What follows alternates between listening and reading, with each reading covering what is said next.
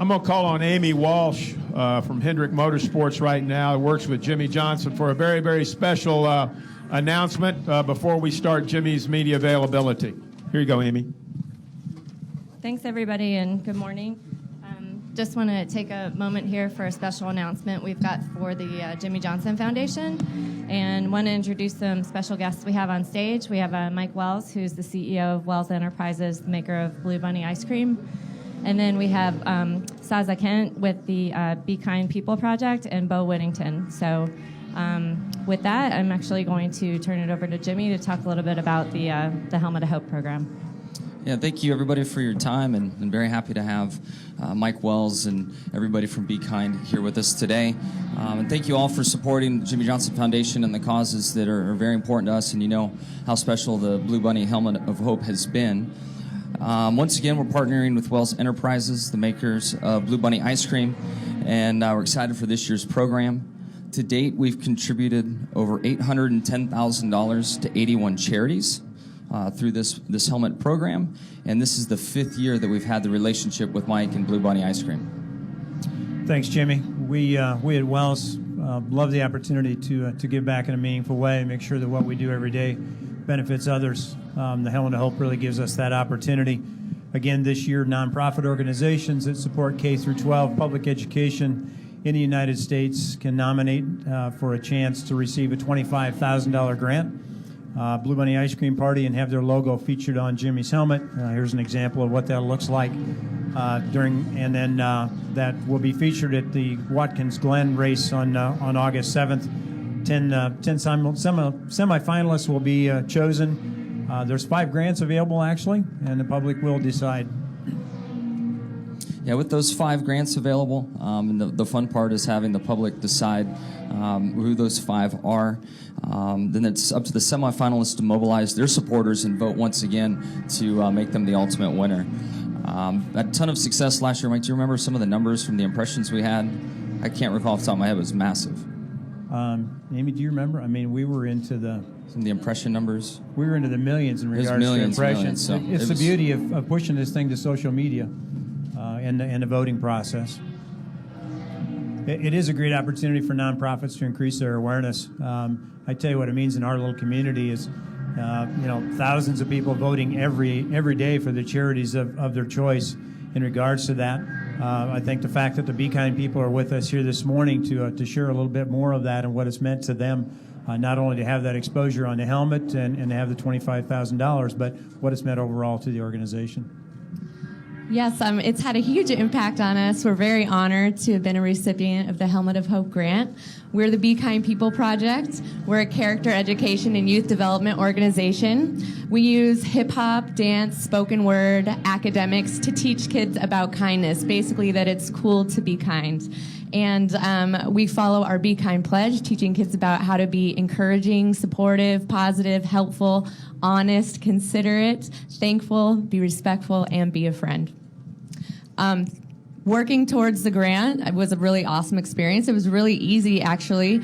Bo was the one that found the grant, so she's the one that nominated us the first time. But when we found out that as an organization you could nominate multiple times, that's when we rallied our troops and we got our supporters, our board members, different schools to go ahead and nominate us as well. So then we made it to the top 10, which was incredible, but that was only half the battle. That's when we really used social media as a platform to get votes.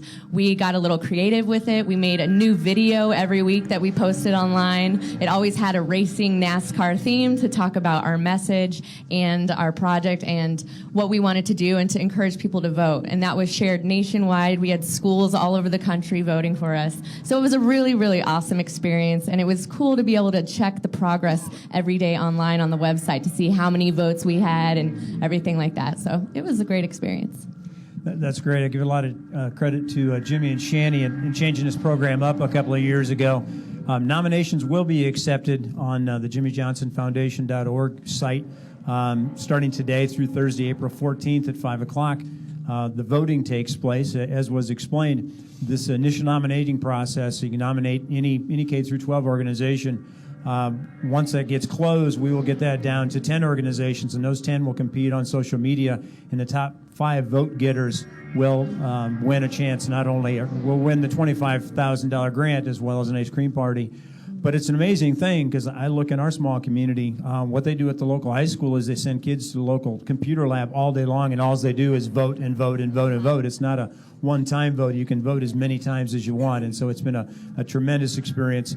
And the voting will run from April 29th to May 6th, and then we will announce our 5 winners at that time, and the helmet will actually be worn at Watkins Glen, if I remember right. Yep. And before we open up to questions about the Blue Bonnet Helmet of Hope, Bo, do you just want to touch on like the impact of what the grants actually do for the kids? Yes. I remember that day that I received that call that we were in the top 10, and that excitement of knowing that we were about to have an opportunity to impact thousands of teachers and students in Arizona and across the country. So when we won, we actually were very strategic in how we were going to spend the money that had been entrusted to us. So I want to give you a few numbers here. We took $25,000 and we spent every penny. We count at the Be Kind People Project as we count a contact as every time we actually have contact with a student or teacher, meaning that we either have physical contact, meaning hello, how are you, be kind, or that we give them collateral from the Be Kind People Project.